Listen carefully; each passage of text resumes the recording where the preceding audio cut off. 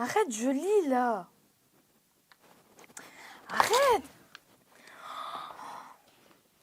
Oh là là là là. Mais qu'est-ce que vous avez fait?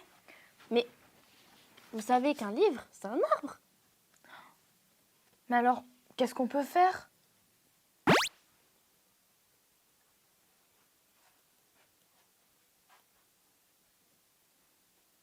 Bah, pourquoi pas acheter sans fasti? Un livre, et hop, acheter. Bonjour Monsieur Martin, c'est bien collé pour vous.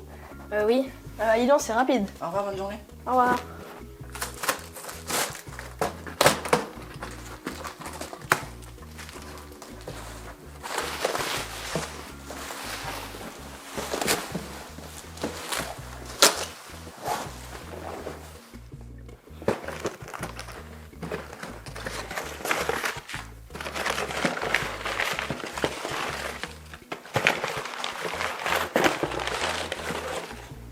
Ah bah enfin.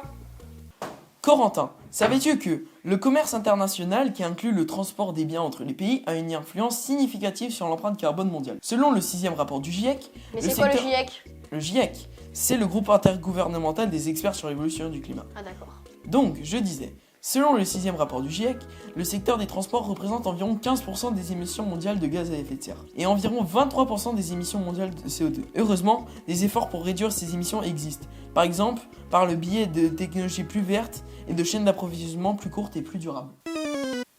Sinon, on peut le racheter en librairie. Bonjour monsieur. Bonjour madame. Est-ce que vous avez le dernier livre de Pierre Rabhi, s'il vous plaît? Oui, bien sûr. Pierre Rabhi. Celui-ci, madame. Oui, c'est exact. Tenez, madame. Merci.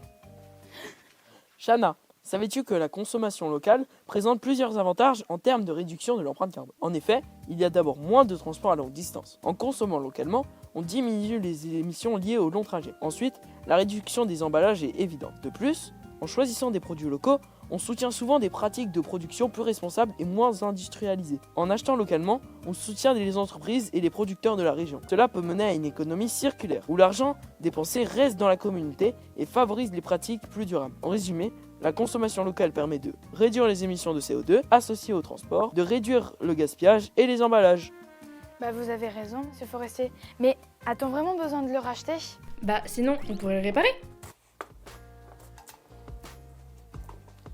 Les enfants, quelle est la responsabilité de la société dans la pollution? Il est vrai que la consommation de masse a atteint son apogée depuis les années 70. Ce modèle a mené à une augmentation des déchets de la production d'articles à faible durée de vie et d'une pression accrue sur les ressources naturelles et même d'obsolescence programmée. La société de consommation a donc un impact majeur sur l'empreinte carbone mondiale. Heureusement, beaucoup d'initiatives existent actuellement pour corriger le tir, les recycleries, le recyclage et la récup, les entreprises qui se focalisent sur la réparation. Et ça, c'est top.